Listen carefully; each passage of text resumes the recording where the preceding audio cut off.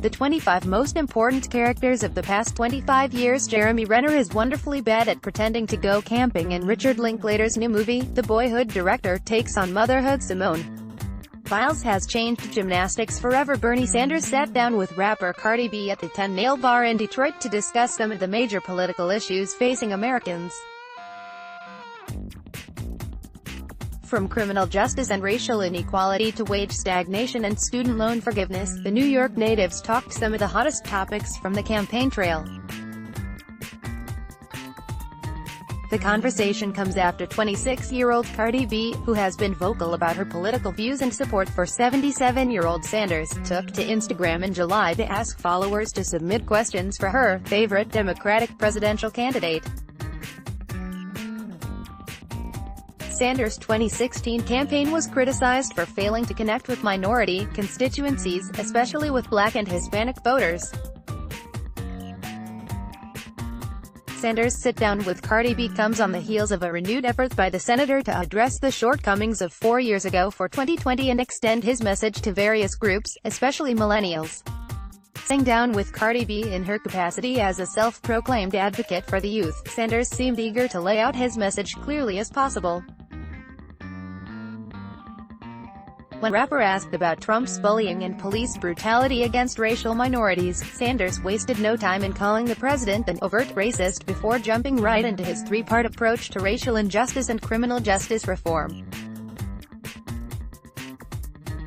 Obviously, we need to end all forms of racism in this country, from Donald Trump down to the local police department, the Vermont senator said. The best of movies, TV, books, music, and more, delivered 3 times a week. While the senator did manage to slip in a few questions to the rapper about touring abroad and their mutual admiration of Franklin Delano Roosevelt, the duo mostly stick to politics and Sanders' policy proposals. Sanders made his case for immigration reform, promising Cardi B that he would restore and expand the protections of DACA.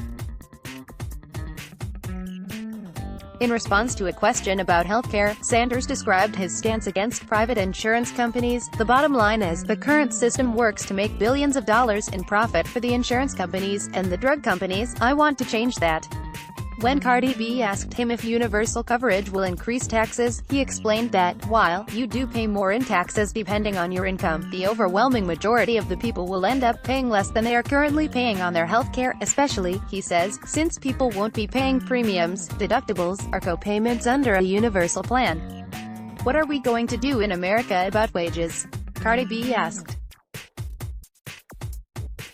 As a New Yorker, not now, but why? No, when I was not famous, no matter how many jobs I'd get, I wasn't able to make ends meet. I wasn't able to pay my rent, get transportation and eat. The senator then dove into his platform of higher minimum wages and reviving unionization and collective bargaining.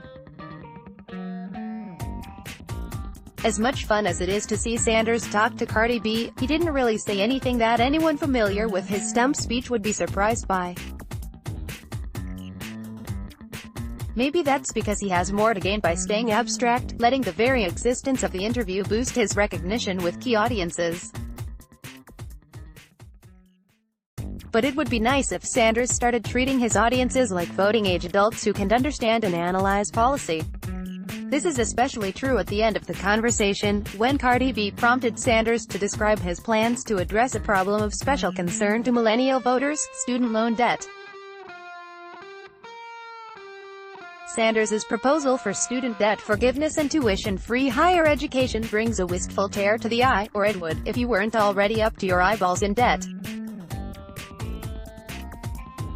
Without solid details, it's hard to take Sanders seriously on the issue, whether he's speaking at a podium or from a salon chair. Let's block ads.